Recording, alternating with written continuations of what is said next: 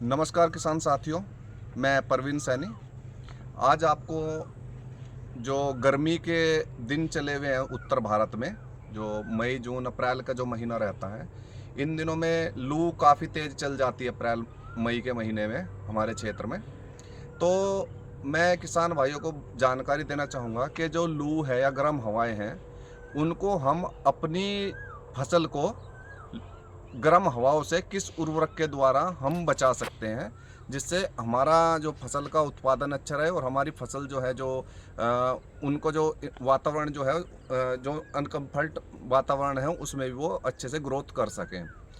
तो इसके लिए जो हमारा जो पौधा रहता है, गर्मियों के दिनों में जब लू चलती है या तेज़ गर्म हवाएं चलती हैं, तो पौधे की जो जड़ें हैं, पौधा हम जड़ों से पानी उठाता रहता है लगातार और पत्तियों के द्वारा पानी उड़ाता रहता है। जब हमारा पौधा एक स्टेज ऐसी आती है कि जो वाष्पीकरण है, जो ट्रांसपिरेशन है, जो वाष्पोत्सर्जन की जो क्रिया है, जो ट्रांसपिरेशन रहता है वो बहुत तेज़ी से हो जाता है जब गर्म हवाएं चलती हैं और तेज़ सनलाइट होती है उस टाइम पे। तो जो पौधा जो पानी उड़ाने की जो दर है पौधे की पत्तियों से वो ज़्यादा हो जाती है, और जबकि जो नीचे जो जड़ें रहती हैं उनसे वो पौधा उतना पानी नहीं अपटेक कर पाता, जिससे कि वो अपने वाटर को जो स्तर रहता है पौधा अपना मेंटेन कर पाए। यदि पौधा अपना नीचे से जितना पानी उठा रहा है उसी लेवल पे वो ऊपर उड़ा रहा है पत्तियों के द्वारा, तो वो पौधा आपका हरा भरा आपको दिखाई देगा। पर एक स्टेज ऐसी आ जाती है कि पौधा जड़ों से पानी उतना उठा नहीं पाता है और पत्तियों से ज़्यादा पानी उड़ा देता है। उस कंडीशन में आपका पौधा जो है वो मुरझा जाता है। इस चीज़ से बचने के लिए जो जिस उर्वरक का मेरे किसान भाई प्रयोग करें, मैं उनको सलाह देना चाहूँगा कि जो पोटेशियम उर्वरक जो है, जो पोटास जो उर्वरक है, वो मुख्य भूमिका निभाता है पौधे से उसको बचाने के लिए। तो क्योंकि जो पोटास है, जो पोटेशियम है, वो स्टोमेटा जो पौधे के पत्तियों में जो स्टोमेटा होते हैं वो उनको बंद करने में और खोलने में अहम भूमिका निभाता है।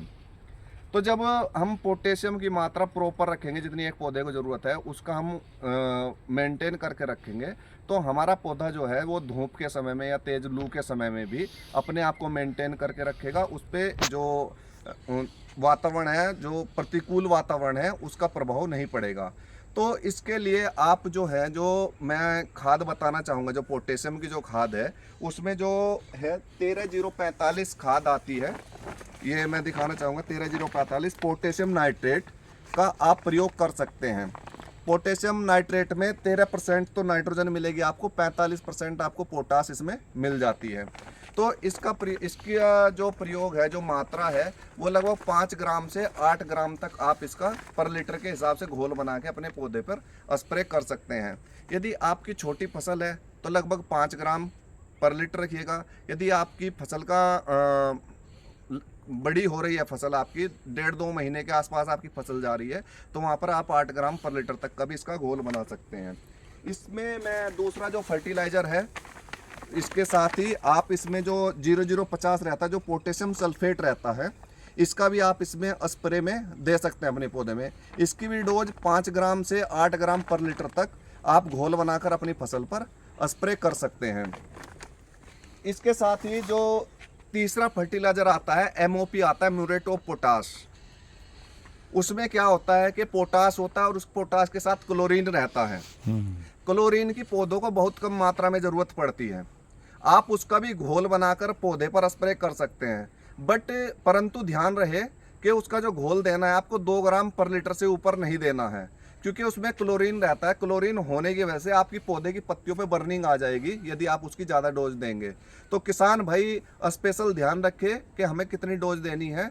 जो अपनी, जैसे मैंने बताया, इन 3 फर्टिलाइज़र का बताया, तो जो अपना 13045 है उसकी 5 ग्राम से 8 ग्राम तक, जो अपना 0050 है उसका 5 ग्राम से 8 ग्राम, पर जो अपना म्यूरेट ऑफ पोटास है, एमओपी है, उसका आप 2 ग्राम पर लीटर से ज़्यादा स्प्रे ना करें, नहीं तो आपकी फसल में उसमें फायदे की बजाय नुकसान होने के चांस ज़्यादा रहेंगे। इसके साथ ही जो पोटास हम दे रहे हैं, जैसे हम उसके 13045 दे रहे हैं, या पोटास जो है, पोटास का जो अहम रोल रहता है, जब हम हमारे पौधे में जो भोजन बनाती है पत्तियां, सभी जानते हैं कि पौधे की पत्तियों में भोजन बनता है, तो जो भोजन बनता है पोटास का अहम रोल रहता है ट्रांसपोर्टेशन का।